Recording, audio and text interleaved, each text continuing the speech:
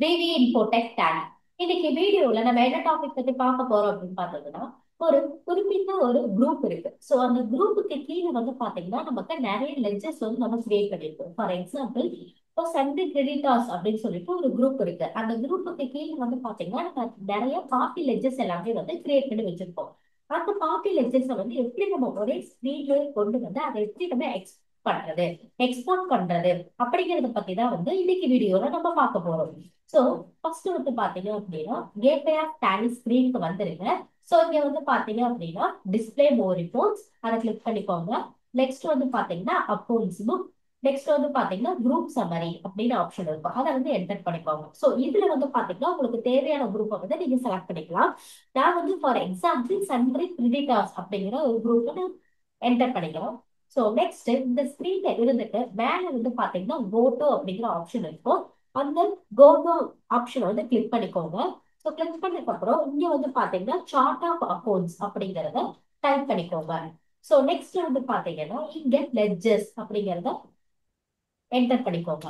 So இந்த மாதிரி பண்ணீங்க அப்படின்னா நமக்கு சண்டே கிரெடிட் கான்செப்ட் குரூப் கீழே இருக்கிற எல்லா லெட்ஜர்ஸுமே வந்து பாத்தீங்கன்னா நமக்கு ஒரே ஸ்கிரீன்ல இருந்து வியூ ஆகும். ஸோ இதெல்லாமே வந்து பாத்தீங்கன்னா சண்டே கிரெடிட்டாஸோட லெட்ஜர்ஸ். ஸோ இதுக்கப்புறம் வந்து பாத்தீங்கன்னா இந்த ரிப்போர்ட்டை வந்து நம்ம எக்ஸ்போர்ட் பண்ணிக்கலாம். ஸோ இங்க எக்ஸ்போர்ட் அப்படிங்கிற ஆப்ஷன் இருக்கும், அதை கிளிக் பண்ணிக்கோங்க. இங்க வந்து பாத்தீங்கன்னா கரண்ட் அப்படிங்கிற ஆப்ஷன் இருக்கும், அதை கிளிக் பண்ணிக்கோங்க.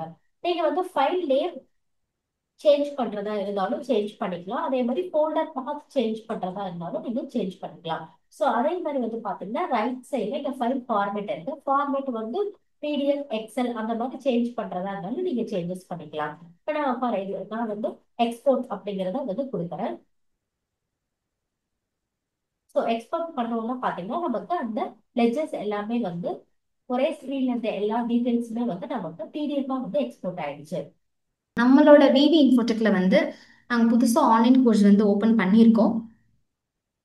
ஸோ அது வந்து உங்களுக்கு எப்படி உள்ளே போகணும் அப்படின்னு சொல்லி நான் காட்டுறேன்.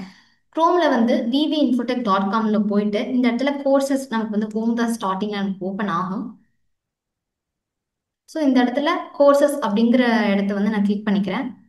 கிளிக் பண்ணி இந்த இடத்துல ஓப்பன் ஆகிற டேலிகிராம் ஃபவுண்டேஷன் வந்து நான் கிளிக் பண்ணிட்டேன் அப்படின்னா எனக்கு இந்த பேஜ் ஓப்பன் ஆகும். இதில் நம்ம என்னெல்லாம் பார்க்கலாம்னா நம்மளோட பேசிக் டேலி பற்றி பேசிக் எல்லாமே நிறைய நம்ம பார்க்கலாம்.